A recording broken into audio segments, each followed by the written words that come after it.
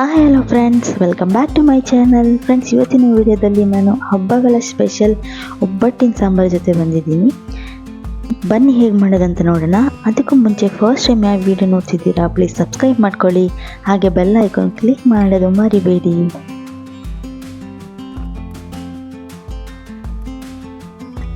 Friends, ನಾನು ಮೊದಲಿಗೆ ಮಸಾಲೆ ರುಬ್ಕೊಳ್ಳೋಕ್ಕೆ ಒಂದು ಚಿಕ್ಕ ಬಾಣಲಿನ ಒಲೆ ಮೇಲೆ ಇಟ್ಕೊಂಡು ಅದಕ್ಕೆ ಸ್ವಲ್ಪ ಆಯಿಲ್ ಹಾಕ್ಕೊತಾ ಇದ್ದೀನಿ.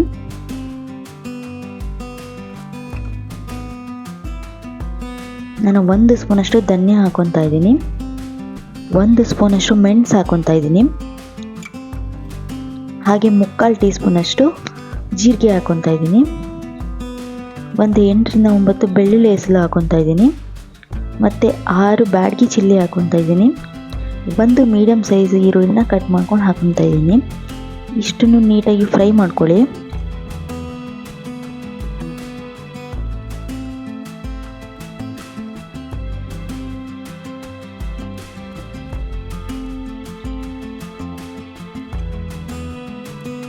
ಈಗ ಇದಕ್ಕೆ ನಾನು ಒಂದು ಮೀಡಿಯಮ್ ಸೈಜ್ ಟೊಮೊಟೊ ಕಟ್ ಮಾಡಿ ಹಾಕೊತಾ ಇದ್ದೀನಿ.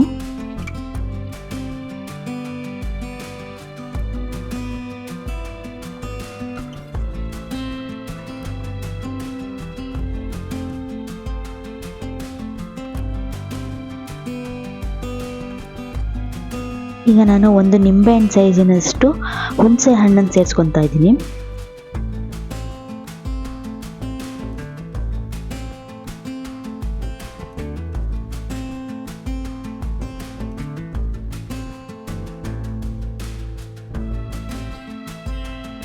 ಸ್ವಲ್ಪ ಕೊತ್ತಂಬರಿ ಸೊಪ್ಪು ಹಾಕೊತಾ ಇದ್ದೀನಿ.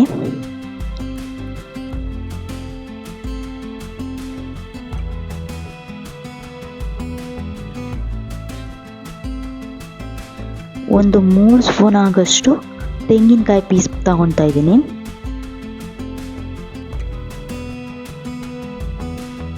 ತೆಂಗಿನಕಾಯಿ ಜಾಸ್ತಿ ತೊಗೊಬಾರ್ದು, ಸಾಂಬಾರು ಗಟ್ಟಿಯಾಗೋ ಚಾನ್ಸಸ್ ಇರುತ್ತೆ. ಹೂರಣ ಎಲ್ಲ ಹಾಕೊತೀವಲ್ಲ ಅದಕ್ಕೆ. ನಾನೀಗ ಅದು ಮಸಾಲೆನ ತಣ್ಣಗೆ ಹಾಕಕ್ಕೆ ಬಿಟ್ಟಿದ್ದೆ. ಈಗ ಅದನ್ನು ತಣ್ಣಗಾದ್ಮೇಲೆ ಮಿಕ್ಸಿ ಜಾರಿಗೆ ಹಾಕ್ಕೊಂಡು ರುಬ್ಕೊತಾ ಇದ್ದೀನಿ. ಅದ್ರ ಜೊತೆಗೆ ಇವಾಗ ನಾನು 2 ಸ್ಪೂನ್ ಆಗೋಷ್ಟು ಸಾಂಬಾರು ಪುಡಿ ಹಾಕೊತಾ ಇದ್ದೀನಿ. ನೀವು ಎಷ್ಟು ಸಾಂಬಾರು ಮಾಡ್ತೀರಾ ನೋಡಿಕೊಂಡು ಸಾಂಬಾರು ಪುಡಿನ ಆ್ಯಡ್ ಮಾಡ್ಕೋಬೋದು. ರುಬ್ಬಿರೋವಂಥ ಮಿಶ್ರಣ ನಾನೀಗ ಬೇಳೆ ಕಟ್ಟಿನ ಜೊತೆ ಮಿಕ್ಸ್ ಮಾಡಿ ಅದನ್ನು ಬಾಯ್ಲ್ ಆಗೋಕ್ಕೆ ಇಡ್ತಾ ಇದ್ದೀನಿ.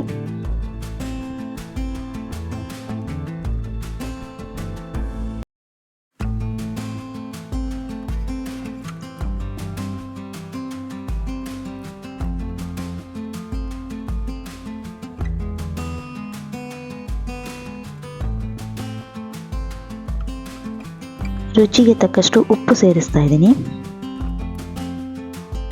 ನೋಡಿ, ಅದು ಬಾಯ್ಲ್ ಆಗುತ್ತಲ್ಲ, ಆ ಟೈಮಲ್ಲಿ ನಾನು ಒಂದೇ ಒಂದು ಉಂಡೆಯಷ್ಟು ಹೂರಣ ಸೇರಿಸ್ತಾ ಇದ್ದೀನಿ. ಮತ್ತು ಫೈನಲ್ ಟಚ್ಚಿಗೆ ನಾನು ಇದಕ್ಕೆ ಒಂದು ಒಗ್ಗರಣೆ ಕೊಡ್ತಾ ಇದ್ದೀನಿ. ಒಗ್ಗರಣೆಗೆ ಸ್ವಲ್ಪ ಎಣ್ಣೆ ಹಾಕೊತಾ ಇದ್ದೀನಿ, ಒಂದು ಸ್ವಲ್ಪ ಸಾಸಿವೆ ಹಾಕೊತಾ ಇದ್ದೀನಿ, ಕರಿಬೇವು ಮತ್ತು ಬ್ಯಾಡಗಿ ಮೆಣಸಿನ್ಕಾಯಿ.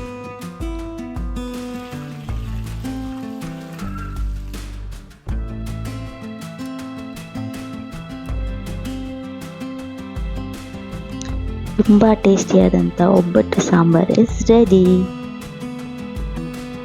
ಲಾಸ್ಟಲ್ಲಿ ನಾನು ಸ್ವಲ್ಪ ಕೊತ್ತಂಬರಿ ಸೊಪ್ಪನ್ನ ಆ್ಯಡ್ ಮಾಡ್ತಾ ಇದ್ದೀನಿ.